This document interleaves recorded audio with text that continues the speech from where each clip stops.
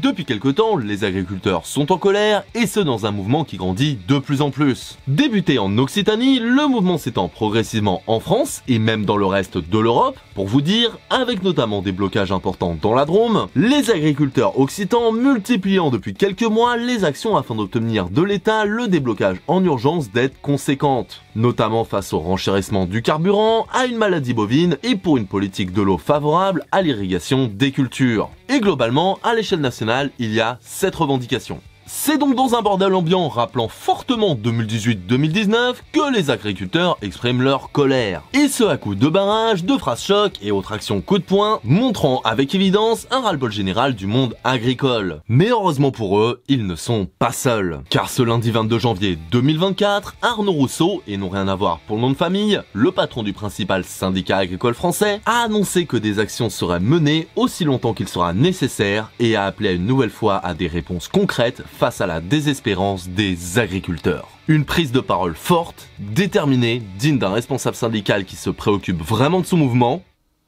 Sauf que... Et ça fait flipper le gouvernement. Il va retarder de quelques semaines sa loi de merde sur l'agriculture en espérant que d'ici là, les blocages soient levés et que tout le monde rentre chez soi. Et ils commencent déjà à vous le dire, les syndicats, non, que les négociations ont commencé, et puis bientôt ils vont vous dire que soudainement, il y a eu des centaines de millions d'euros qui ont été trouvés au fond d'un tiroir de l'État et que ça va faire l'affaire parce que ça va être distribué sur les gros agriculteurs et puis on n'en parle plus. Tu sais, c'est les 100 balles des gilets jaunes, ça, on connaît la chanson. Les syndicats négocient, ils font la photo avec Attal, ils vous diront après de rentrer chez vous que tout est terminé, que vous avez bien travaillé. Bah voyons. Regardez ce type-là, c'est le président de la FNSEA. C'est ce type-là qui représente les agriculteurs dans les réunions secrètes avec le gouvernement. C'est ce type-là qui échange des SMS avec le ministre dans votre dos. Ce type-là qui vous donne des consignes à vous sur votre mouvement, vos actions et vos revendications. Ce type-là, il s'appelle Arnaud Rousseau et ce n'est pas un agriculteur. Il est le dirigeant d'une quinzaine de grosses entreprises. La multinationale Avril, par exemple, dans l'agrobusiness, qui a fait 9 milliards de chiffre d'affaires en augmentant sa marge d'enfoiré en pleine inflation, donc sur le dos des agriculteurs et des consommateurs. Il est le directeur de biogaz de Multia qui fait pousser partout des méthaniseurs stupides subventionnés à balles par le pouvoir public. Il est administrateur de Cepol, le leader français de la transformation en huile végétale. Il est le président de Sophie Prétol, une société financière qui endette les agriculteurs. Le type, il a fait une école de commerce et il a commencé l'agriculture avec de la spéculation financière.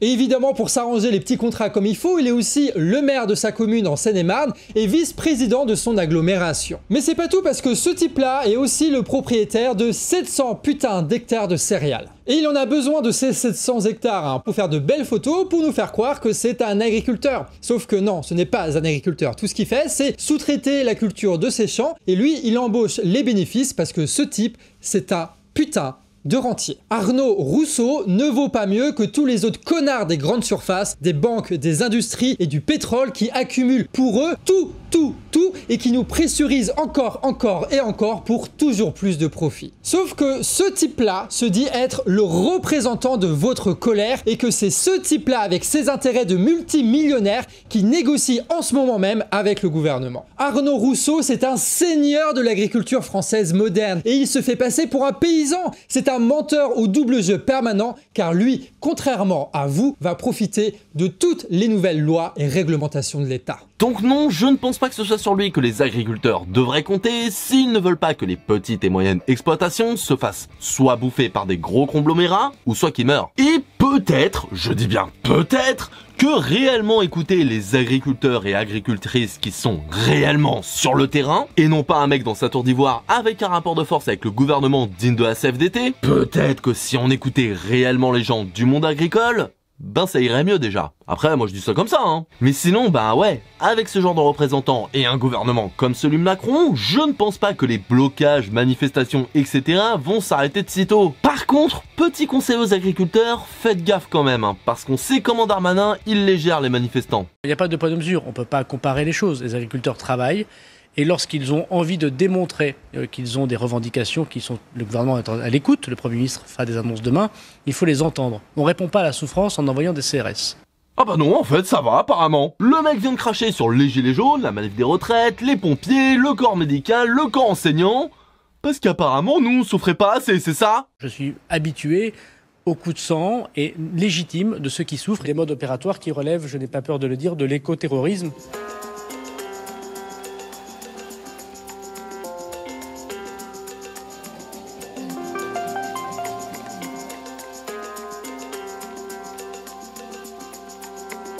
Est-ce qu'on doit les laisser faire sans envoyer les CRS? Oui. En tant que ministre de l'Intérieur, à la demande du Président et du Premier ministre, je les laisse faire. Bloquer la circulation, c'est illégal. S'en prendre un établissement public, c'est illégal. Enfreindre la liberté de circuler, c'est illégal. Est-ce que les agriculteurs s'en prennent aux policiers ou aux gendarmes? Est-ce qu'ils s'en prennent aux bâtiments publics? Est-ce qu'ils mettent le feu aux bâtiments publics? Ce n'est pas le cas. Voilà, donc j'ai rappelé, non, ce n'est pas le cas. Enfin, vous avez vu les images à Bordeaux devant la préfecture? Écoutez, moi, ils n'ont pas défoncé la grille d'entrée? Écoutez, moi je suis élu d'un territoire où il y a aussi des agriculteurs. Je suis habitué au coup de sang et légitime de ceux qui souffrent. Cette partie de la manifestation extrêmement violente relevée d'activistes. Une quarantaine de personnes fichées S à l'ultra-gauche ont été repérées dans cette manifestation avec des modes opératoires qui relèvent, je n'ai pas peur de le dire, de l'écoterrorisme que nous devons absolument combattre. Il n'y a pas de poids de mesure, on ne peut pas comparer. J'ai bien entendu ce qu'a dit Gérald Darmanin et je l'appelle à être cohérent et à cesser ce deux poids deux mesures. Et donc je l'appelle à mettre immédiatement fin aux poursuites qui visent 1000 militants et militantes de la CGT qui sont poursuivis pour s'être mobilisés contre la réforme des retraites. Donc la même chose que les agriculteurs avec des actions absolument pas violentes puisque nos militants sont poursuivis pour avoir fait un feu de palette sur la voie publique ou dérouler du papier toilette par exemple sur un bâtiment. Si les écologistes feraient le millième de ce qui se passe aujourd'hui, ils seraient en prison et condamnés. Moi, la conclusion que j'en tire, c'est que la prochaine fois, on va faire nos manifestations avec des tracteurs, puis peut-être que ça sera plus simple. Donc, les agriculteurs pourront continuer à manifester en toute tranquillité tant qu'ils restent non violents. Et il n'y a pas d'évacuation prévue par les forces de l'ordre, car il n'y a pas de dégradation.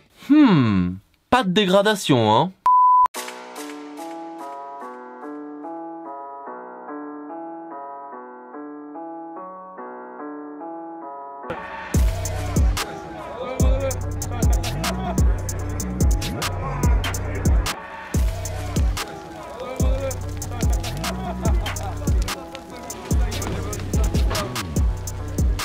Les CRS sont pourtant là, mais ils n'interviennent pas. Alors que les agriculteurs attisent les flammes et déversent du lisier au-dessus des grilles de la préfecture d'Agen. À la mi-journée, ce fast-food est pris pour cible. Une botte de foin est dispersée dans le restaurant sous l'œil des employés dépités.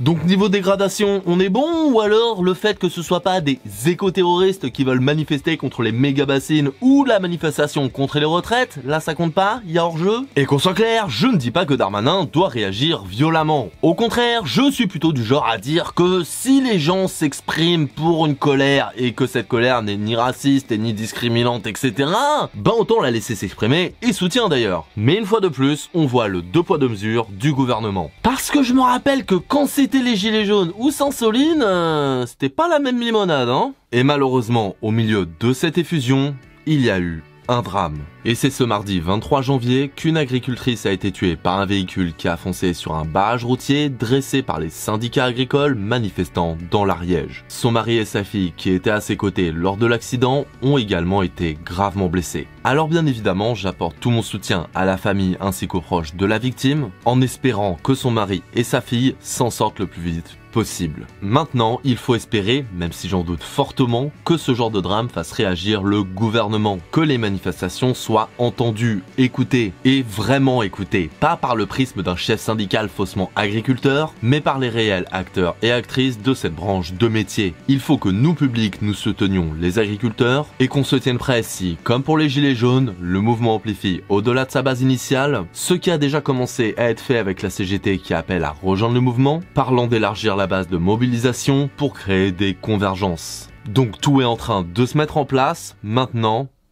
est-ce qu'on sera prêt ?